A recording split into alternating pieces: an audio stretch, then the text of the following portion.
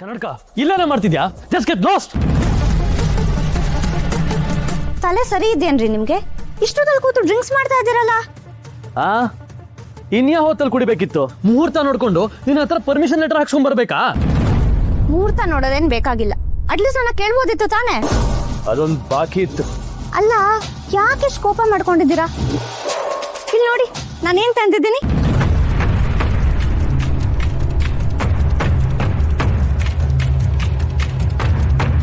MS ರೀ exam ಬರೆಯೋದಕ್ಕೆ application ಕೊಟ್ಟಿದ್ದಾರೆ. ನೀವು ಖಂಡಿತ ಬರೀಲೇಬೇಕು. ಆವಾಗ MBBS ಫಸ್ಟ್ ಇಯರ್ ಅಲ್ಲಿ ಕುತ್ಕೊಳ್ಳೋ ಪ್ರಾಬ್ಲಮೇ ಇರಲ್ಲ.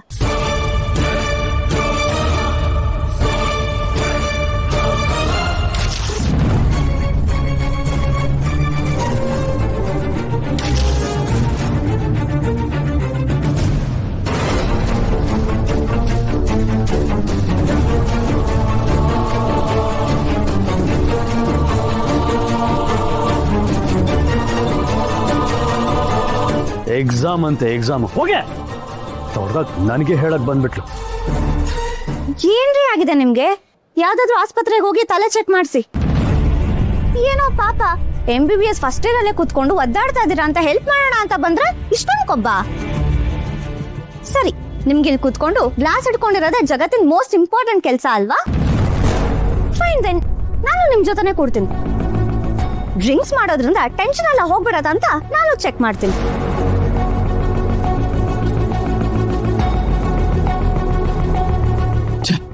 ಸಿಟ್ಟಲ್ಲಿ ಏನ್ ಮಾಡ್ಬಿಟ್ಟೆ ನಾನು. ಇವಳ ಮುಂದೆ ನಾನು ಟ್ರಿಗರ್ ಆಗ್ಬಾರ್ದಿತ್ತು. ನನ್ನ ತಪ್ಪಾಗಿ ತಿಳ್ಕೊಂಡ್ರೆ ಮತ್ತೆ ಇವಳನ್ನ ಟ್ರ್ಯಾಕ್ ತರೋದು ಕಷ್ಟ ಆಗುತ್ತೆ. ಕನಕ ಏನ್ ಮಾಡ್ತಿದ್ಯಾ ನೀನು? ಇದು ನಿನಗಲ್ಲ, ಹೀಗೆಲ್ಲ ಕುಡಿಬಾರ್ದು. ಯಾಕೋ? ನಾನ್ ಡ್ರಿಂಕ್ಸ್ ಮಾಡ್ಬಾರ್ದು ಅಂತ ಎಲ್ಲಾದ್ರೂ ಬರ್ದಿದ್ಯಾ? ನಾನು ಪ್ರಾಕ್ಟೀಸ್ ಮಾಡ್ತೀನಿ. ಮಾಸ್ಟರ್ ಪೀಸ್ ಕಣೆ ನೀನು. ನೀನೇನಾದ್ರೂ ಈ ಪೆಗ್ ಹೊಡೆದ್ರೆ ಎದೊಳೋದಕ್ಕೆ 2 ದಿನ ಬೇಕಾಗತ್ತೆ.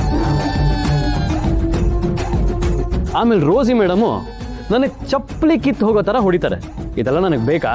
ಸುಮ್ಮನಿರು ನೀನು. ಓಕೆ ಫೈನ್, ನನಗೂ ಈ ದರಿದ್ರ ಕುಡಿಯೋ ಇಂಟೆನ್ಷನ್ ಏನಿಲ್ಲ. ಅಲ್ಲ, ಏನೇ ನಿಮಗೆ ಬರ್ಬಾರ್ದು ಬಂದಿರೋದು? ಮಧ್ಯಾಹ್ನ ಇಷ್ಟೊಂದು ಕುಡಿತಾ ಇದ್ದೀರಾ? ಅದು ಆಕ್ಚುಲಿ ಮನೇಲಿ ಸ್ವಲ್ಪ ಟೆನ್ಷನು. ಕಾರಿಗೆ ಬೇರೆ ಬೆಂಕಿ ಬಿತ್ತಲ್ಲ, ಅದೇ ಟೆನ್ಷನಲ್ಲಿದ್ದೆ.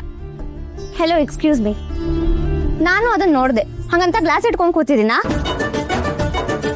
ಏನ್ ಗೊತ್ತಾ, ನಿಮ್ ತರ ಡ್ರಿಂಕ್ಸ್ ಮಾಡೋರ್ಗೆ ಹೇಳಕ್ಕೂ ನೆಪ ಬೇಕು ಅಷ್ಟೇ.